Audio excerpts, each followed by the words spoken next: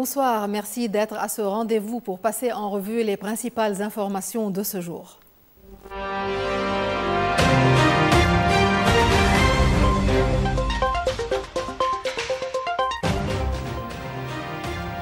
Tension à Jmeijme dans le sud du Liban où des habitants ont bloqué une patrouille de la FINUL entrée sur une propriété privée sans escorte de l'armée libanaise. Des tirs en l'air et une grenade lacrymogène ont été utilisés pour disperser la foule. L'armée est intervenue pour calmer la situation. La FINUL a dénoncé une attaque contre ses soldats et a rappelé son droit de libre circulation garanti par la résolution 1701. Toujours côté sécurité, au lendemain de l'adoption de la loi durcissant les peines contre les tirs de célébration et à la veille des élections municipales à Beyrouth et dans l'Abeka, l'armée a annoncé l'arrestation de 86 personnes impliquées dans des tirs lors des élections municipales dans le nord et au Akkar. Des armes et des munitions ont été saisies. En réponse, les autorités suspendent temporairement les permis de port d'armes du 17 au 20 mai à Beyrouth, dans l'Abeka et à Baalbek el-Hermel. Un important dispositif sécuritaire est prévu pour la prochaine phase électorale. Dans un contexte marqué par une coopération académique renforcée entre le Liban et la francophonie, le recteur de l'université libanaise, Dr Bassam Badran, revient sur les enjeux des partenariats universitaires avec les instances francophones. Entre défis logistiques, opportunités de mobilité étudiante et valorisation de la langue française, il éclaire la stratégie de l'institution pour consolider ses alliances au service de l'enseignement supérieur. Interrogé sur les axes prioritaires de collaboration avec les organismes francophones, le recteur de l'université libanaise souligne l'importance des accords de double diplôme, des projets de recherche conjoints et des programmes de bourse facilitant l'accès des étudiants libanais aux établissements francophones. L'université libanaise, comme vous le savez, c'est la seule université publique de l'État. Et c'est la plus grande université, il y a à peu près 65 000 étudiants à l'université libanaise. On a toutes les spécialités dans l'université. Effectivement, l'université a beaucoup de collaborations et beaucoup de partenariats avec les universités au Liban et à l'étranger, en Europe en général, mais essentiellement en France et certains pays européens.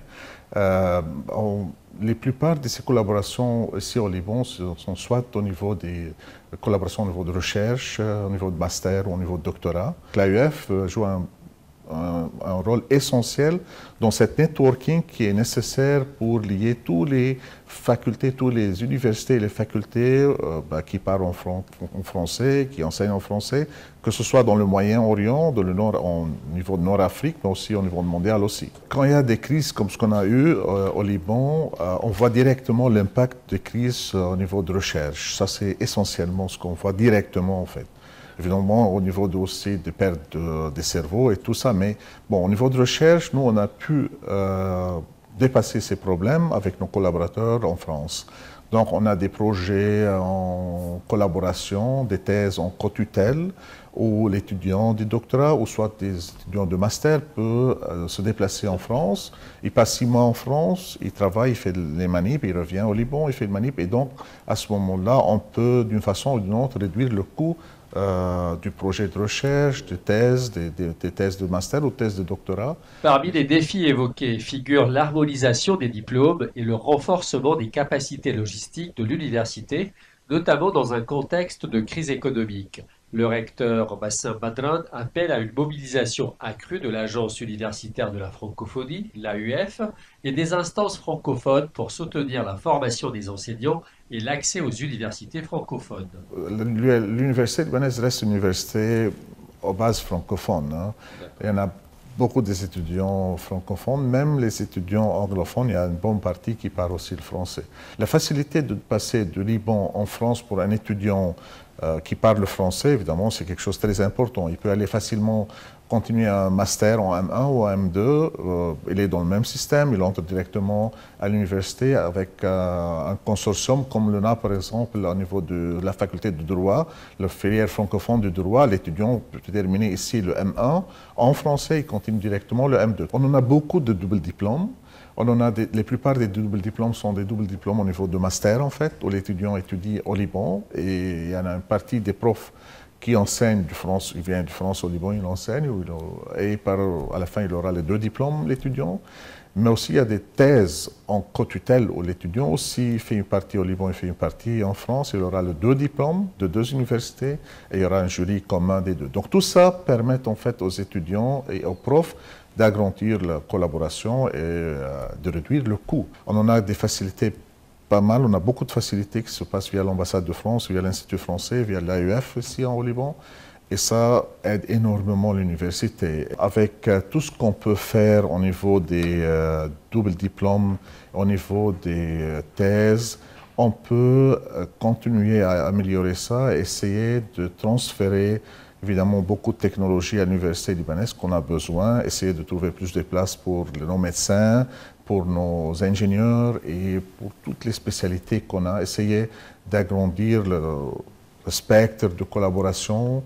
Badran a finalement évoqué la nécessité de signature de nouveaux protocoles avec des universités françaises visant à élargir les horizons de coopération. Une dynamique qui place l'université libanaise au cœur des échanges académiques francophones tout en répondant aux réalités locales.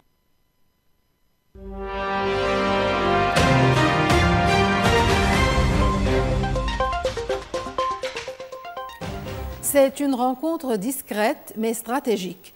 Des représentants iraniens et européens se retrouvent à Istanbul pour relancer le dialogue sur le nucléaire. À la table des négociations, l'Iran et le groupe E3, c'est-à-dire la France, le Royaume-Uni et l'Allemagne, dans un contexte de tensions persistantes, mais aussi d'espoir prudent.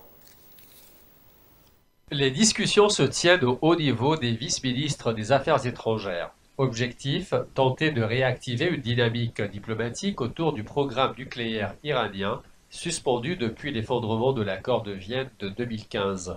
Signé en 2015, l'accord prévoyait un strict encadrement des activités nucléaires iraniennes en échange d'une levée des sanctions internationales. Mais l'administration Trump s'en est retirée en 2018, rendant le texte caduc. Depuis, l'Iran enrichit l'uranium à 60% contre 3,67 autorisés. Donald Trump, de retour à la Maison-Blanche, multiplie les signaux ambigus. Tout en menaçant l'Iran de frappes militaires, il affirme avoir tendu un rameau d'olivier à Téhéran et envisage un nouvel accord. Une proposition écrite aurait même été remise lors du dernier cycle selon Axios. De son côté, Téhéran affirme être prêt à des concessions. Engagement à ne jamais produire l'arme nucléaire, réduction de l'enrichissement, accès aux inspecteurs internationaux, mais à une condition non négociable, la levée immédiate de toutes les sanctions. À Paris, Londres et Berlin, on reste sceptique. Le ministre français Jean-Noël Barrot menace de rétablir les sanctions si la sécurité européenne est compromise. Téhéran parle de tourner la page, les Européens restent sur leur garde. Mais après 4 cycles de discussions avec Washington et une relance à Istanbul, le dialogue semble reprendre lentement.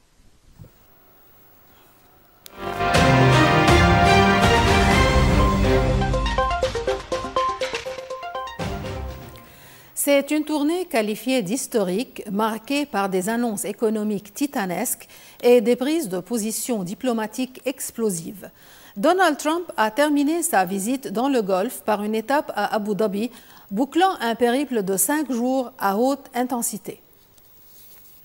Après l'Arabie Saoudite et le Qatar, Donald Trump s'est vu promettre 1400 milliards de dollars d'investissement de la part des Émirats arabes unis sur 10 ans.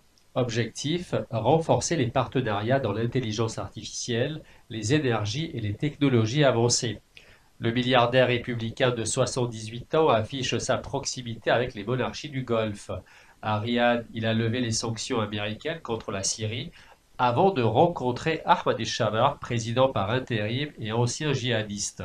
À Abu Dhabi, il a visité des lieux emblématiques de dialogue interreligieux comme la maison de la famille abrahamique, symbole du rapprochement entre juifs, chrétiens et musulmans dans un pays qui a normalisé ses relations avec Israël en 2020 sous l'impulsion de Donald Trump.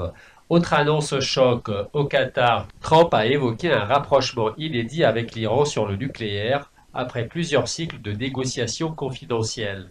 Résultat immédiat, les marchés pétroliers se sont apaisés. Sur Gaza, il a proposé une vision controversée, faire de l'enclave palestinienne une zone de liberté. Le Hamas a répliqué sèchement, Gaza n'est pas à vendre. Avec une tournée qui pourrait, selon Trump, rapporter jusqu'à 4 000 milliards de dollars, le président américain mise sur la puissance du capital plutôt que sur les principes. Un contraste assumé avec la diplomatie de son prédécesseur, Joe Biden, centrée, elle, sur les droits humains. Et maintenant, des événements culturels pour toute la semaine prochaine avec l'agenda culturel.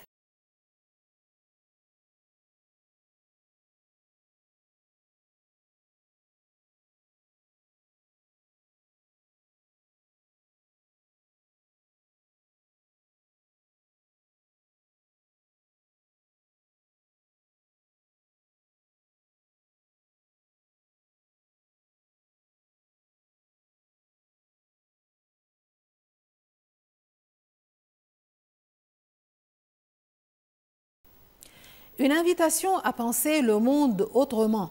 Ce fut la Nuit des idées, organisée par l'Institut français du Liban. La 10e édition de cet événement international a investi Beit Beyrouth, lieu emblématique de mémoire urbaine et de résilience, pour une soirée rythmée par les échanges intellectuels, la poésie, la musique et l'art vivant. Placée sous le thème « Pouvoir agir », la soirée a réuni intellectuels, artistes et journalistes autour de débats, de performances et des expositions de 19h jusqu'à minuit. Parmi les temps forts, une intervention de l'ancienne ministre de la Culture française, Rima Abdelmalek. Et sur ce, nous terminons ce journal. Merci pour votre attention. Bonsoir.